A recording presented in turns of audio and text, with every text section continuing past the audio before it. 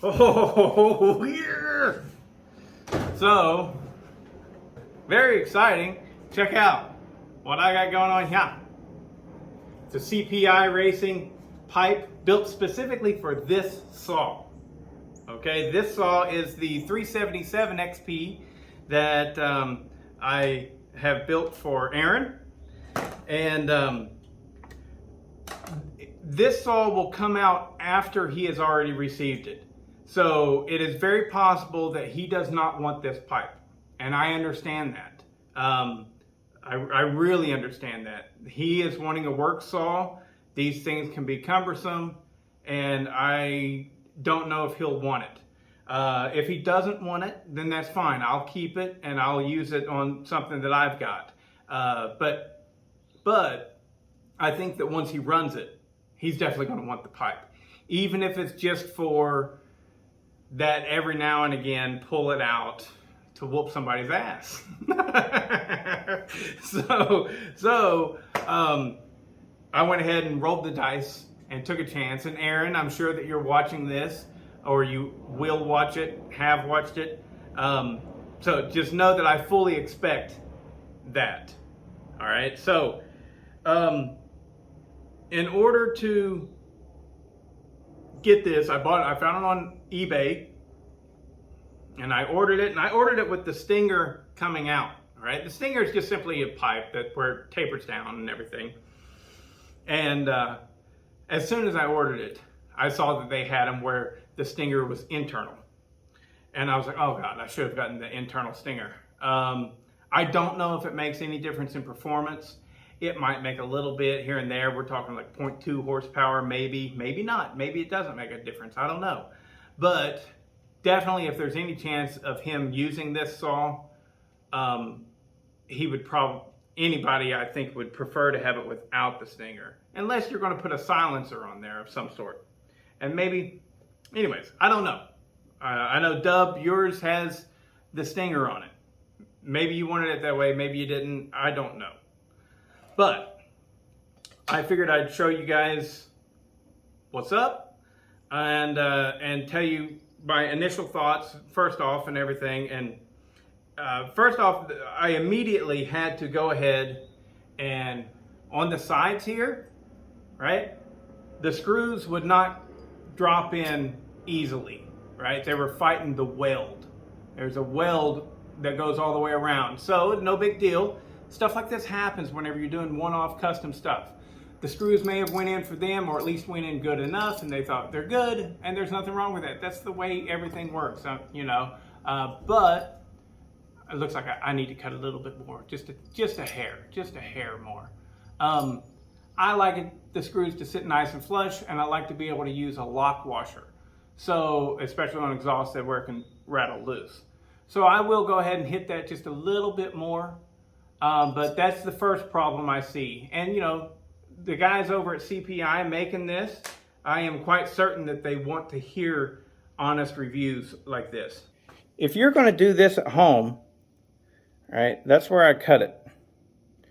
Right there. Now, you've got to be really careful because if you cut too far, then you poke through there and you got to re-weld it. Sucks, right? But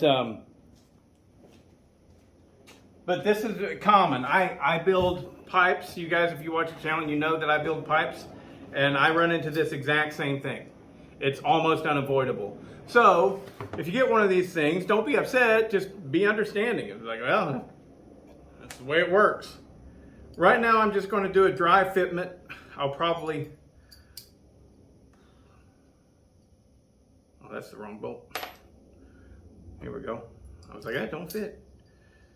So I'm not going to run the gasket yet because I am going to do tomorrow's video. I am going to do with the regular exhaust on it first. Yeah, we're having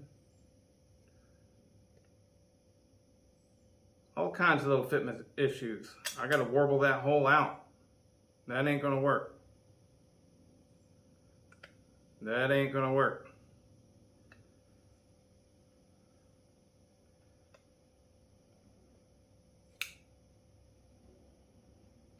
So let me enlarge these holes. Get right back. Let me show you.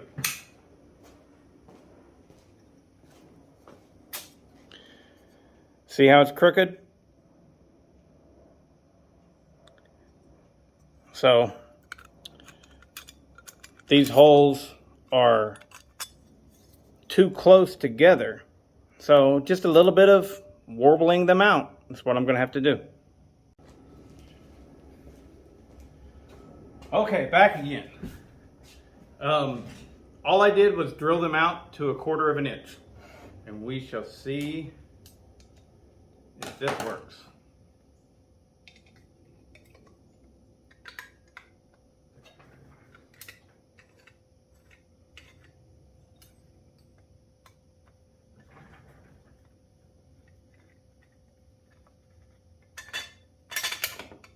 Slick.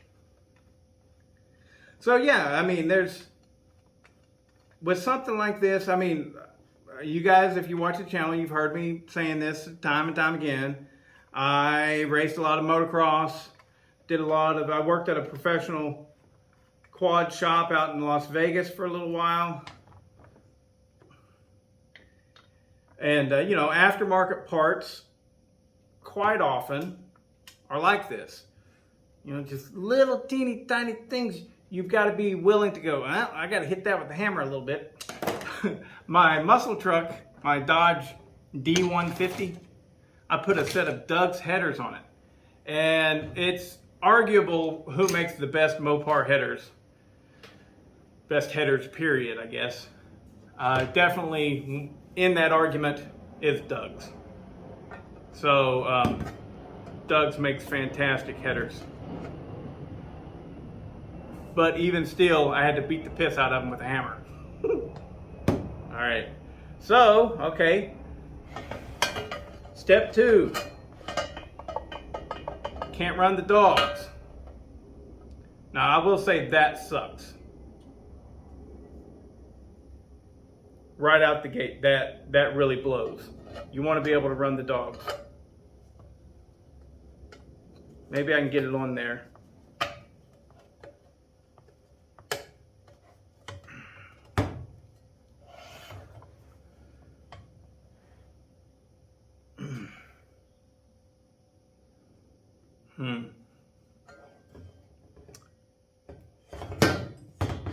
I'd hate to actually have to break out the torch on those things. That is, yeah, that's a little bit.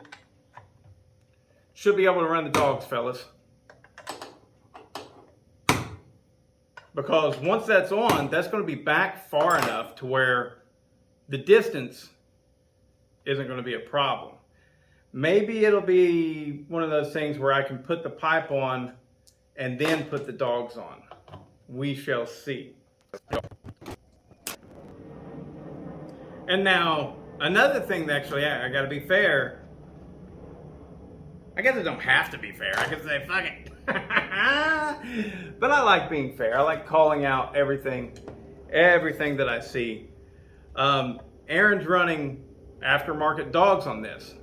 Could have been that these guys, whenever they made it with stock dogs in mind. So,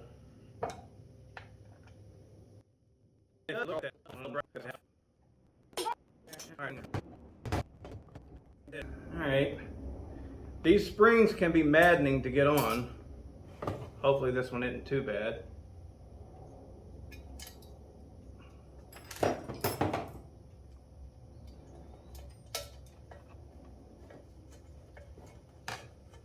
Oh, no problem. No problem whatsoever. And that is on there nice. Let's see if we can run the dogs now that it's on.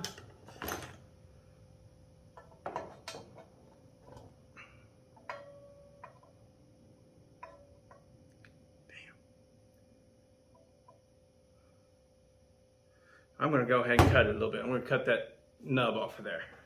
Aaron won't mind. Okay, do believe that handled it. Still got all your dogs, but that little weird nub that was on there, had to remove that. And fits right on there, slick as Slick as a minnow stick.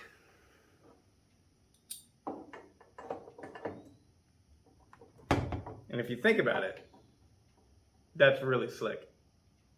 Got that from my brother. He says all kinds of stupid stuff like that.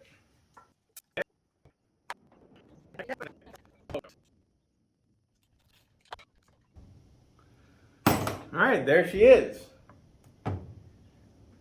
Sits nicely, but, and this is one of the big reasons why I wanted to make this video.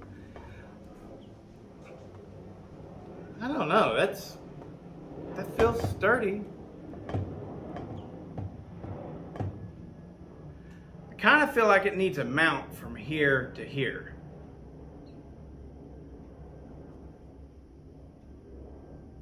Yeah, I'm gonna give it a mount. So I'm gonna make a mount for it. Okay, so I don't know how well you can see it, but I built a little brace. And I mean, it ain't the best thing in the world, but it is more sturdy. I didn't go in through this hole right here because this screw goes into plastic and heat will get through here. Probably not a whole lot, it'll probably disperse by the time, and you know, it's all the way down here. So it's not as hot down here as it is up here. But I think this will work right here. I drilled a hole, we're good to go. So, probably gonna have to pull it a few times because if you remember, if you watch the channel, last time I ran this thing, I only ran it for a handful of cuts, but it ran out of fuel on me. So, here we go. No hearing protection. Yee.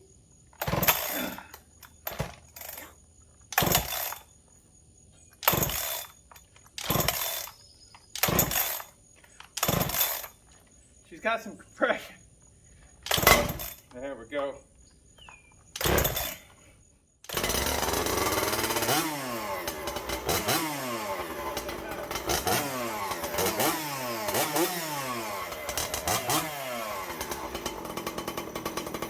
Honestly, it ain't that loud.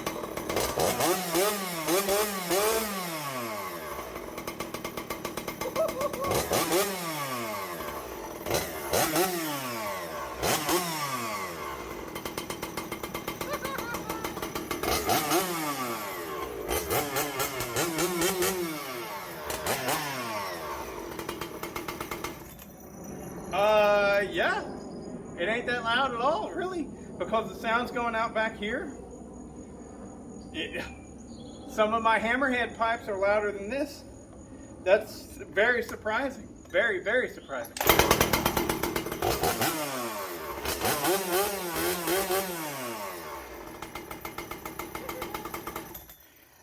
All right, so now I'm going to take it all apart because whenever I actually run this, I'm going to run it with the regular muffler first. Do some comparisons between Randy's 371 that I also ported, and between my Cutter's Edge 2171, which is all stock except for that air filter that they have coming off of it. Doesn't even have a muffler mod on that thing. So we'll see the difference between all three of these saws, and then we'll also strap on this and see what it's all about. All right, so that video has probably already been out by the time you see this. I don't know, maybe not. But anyways, regardless, there's the CPI pipe. If you want to see my thoughts on it while I'm actually running it, then you'll have to check out a different video. Whichever one it is. I don't know, I haven't made it yet.